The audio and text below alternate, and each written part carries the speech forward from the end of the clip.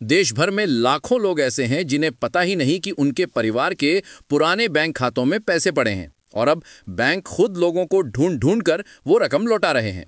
जी हां, पिछले 3 वर्षों में 10,000 करोड़ रुपए से ज्यादा की अनक्लेम्ड राशि सही हकदारों तक पहुंचाई गई है।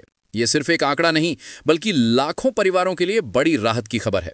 सरकार की सक्रिय पहल, आरबीआई के कड़े निर्देश और बैंकों के लगातार प्रयास, इन सब ने मिलकर देश में एक बड़ा बदलाव पैदा किया है। आज की इस खास रिपोर्ट में हम आपको बताएंगे कि आखिर ये पूरी प्रक्रिया कैसे काम करती है और आप अपने हक का पैसा कैसे वापस पा सकते हैं। सबसे पहले बात करते हैं आधिकारिक आंकड़ों की। राज्यसभा में केंद्रीय वित्त राज्य मंत्री पंकज चौधरी ने बताया कि अप्रैल 2022 से नवंबर 2025 के बीच देश भर के बैंकों ने 10,000 करोड़ रुपए से अधिक की अनक्लेम्ड राशि सफलतापूर्वक लौटाई है।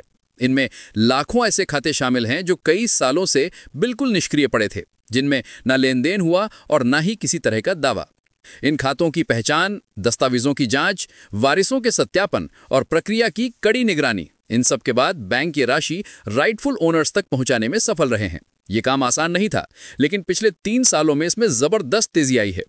अब बात करते हैं इस व्यवस्था की रीढ़ डीईए फंड स्कीम की। भारतीय रिजर्व बैंक ने depositor education and awareness fund scheme को लागू किया है, जिसके तहत किसी भी खाते में अगर 10 वर्षों तक कोई लेन देन नहीं होता तो बैंक उस राशि को आरबीआई द्वारा संचालित सेंट्रल फंड में ट्रांसफर कर देता है।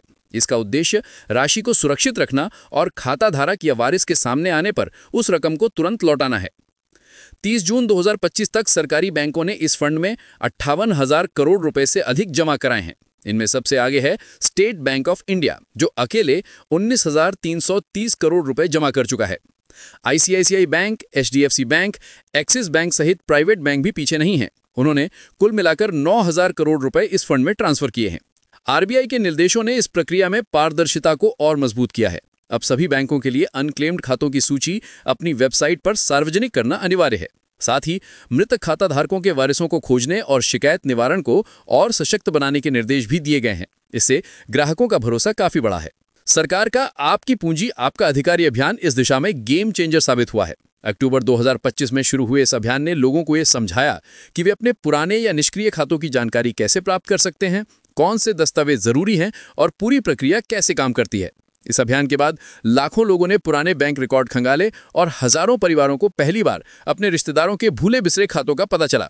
अब अगर उपलब्धियों की बात करें तो सार्वजनिक क्षेत्र के बैंकों ने 22 लाख से ज्यादा निष्क्रिय खातों का निपटान किया है। इससे 8,460 करोड़ रुपए राइटफुल ओनर्स तक पहुंचाए गए। इनमें एसबीआई का योगदान सबसे अधिक है, 16 लाख से ज्यादा खातों का निपटान और 3,868 करोड़ रुपए की वापसी। सेंट्रल बैंक ऑफ इंडिया ने 1,262 करोड़ रुपए लौटाए हैं, जबकि पंजाब नेशनल बैंक और कैनरा बैंक ने भी बड़ी संख्या में खातों का निपटान किया है।